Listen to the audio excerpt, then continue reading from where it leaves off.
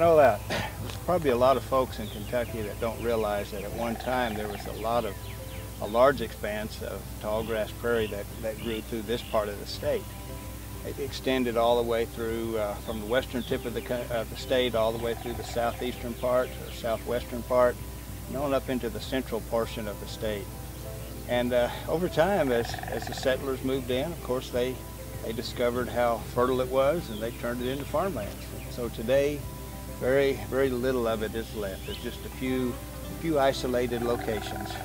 And you know, that's sort of a microcosm, really, of what happened to the tallgrass prairie nationwide. And at one time, it was perhaps the largest single ecosystem in North America.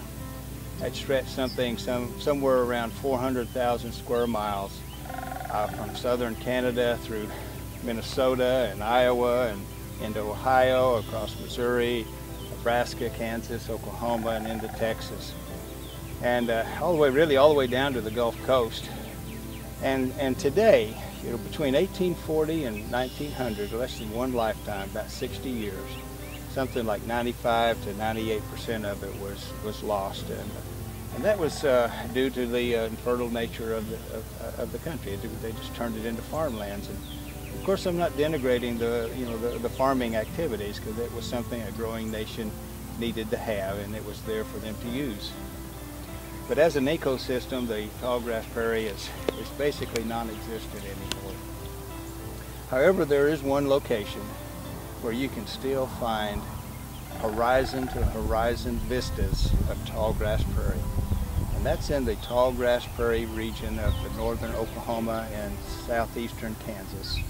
In fact, the largest single preserved area is the Tallgrass Prairie Preserve up north of Pawhuska, a little ways in northern Oklahoma. Something like close to 40,000 acres are preserved for all time, and this is all natural tallgrass prairie. It's not been restored or anything. It's in its natural state from what it was for all those thousands of years. And it has buffalo on it, some several thousand buffalo, and has all kinds of wildlife. It's maintained the same way that nature maintained it, with fire and climate and the buffalo themselves as they graze through it. It's one of my favorite locations to shoot, one of my favorite locations to photograph. And so we're going to take a journey. We're going to take a little time, and we're going to step back in time, beyond the campfire, and we're going to revisit one of my favorite places to photograph. That's the Tallgrass Prairie region of northern Oklahoma. So come and join me. It's going to be a fascinating trip.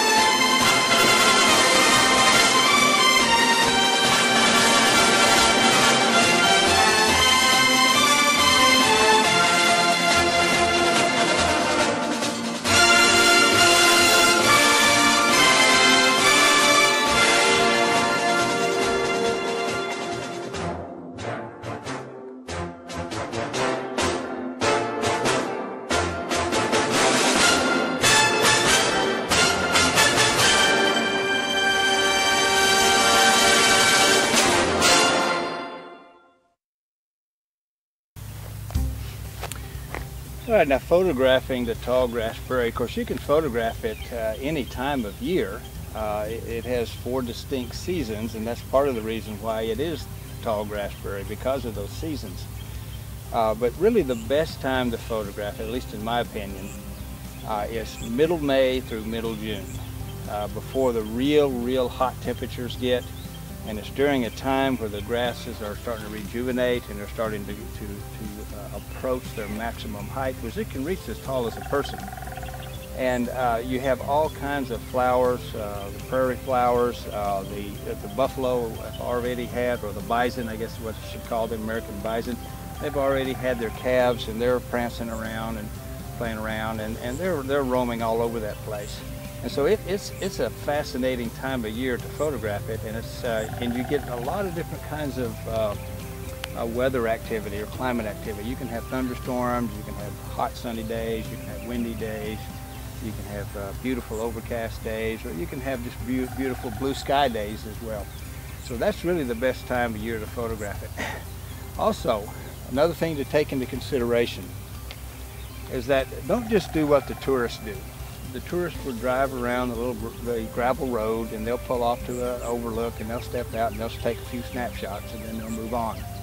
In order to really experience the prairie, you have to walk into it. So if you ever go up there, you've got to prepare yourself for that. You've got to have a good pair of hiking boots. You've got to wear some long pants. You've got to use a lot of good bug spray on you. I've never had too much trouble with ticks and things like that up there, but there certainly are something you have to take into consideration. It's also and there are places in there to where you can walk relatively a short distance and find some absolutely amazing shots. There's little areos, there's little ridges, there's little high top places and things like that. So you gotta spend some time in the prairie. Let the prairie talk to you. Let it speak to you. Go in there and find a little high spot somewhere and sit down on a little rocky outcropping early of a morning. Get there before sunrise if you can, and/or get there before sunset and watch that sun go down, because there are legendary sunsets on that prairie region up there, and legendary sunrises. And it's amazing to sit there and watch the prairie come alive.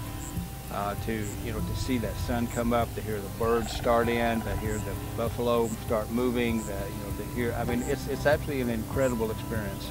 The feeling, the sounds, the aromas, everything about it is extremely special. So think about doing that sometime. If you ever want a road trip, that's an excellent, outstanding place to go. You can't shoot it in one day. You got to spend several days up there. You can't just drive through it in an hour and expect to get any photographs. You've got to spend some time in there. You've got to explore it and look at it. So, that's just my advice on shooting something like that.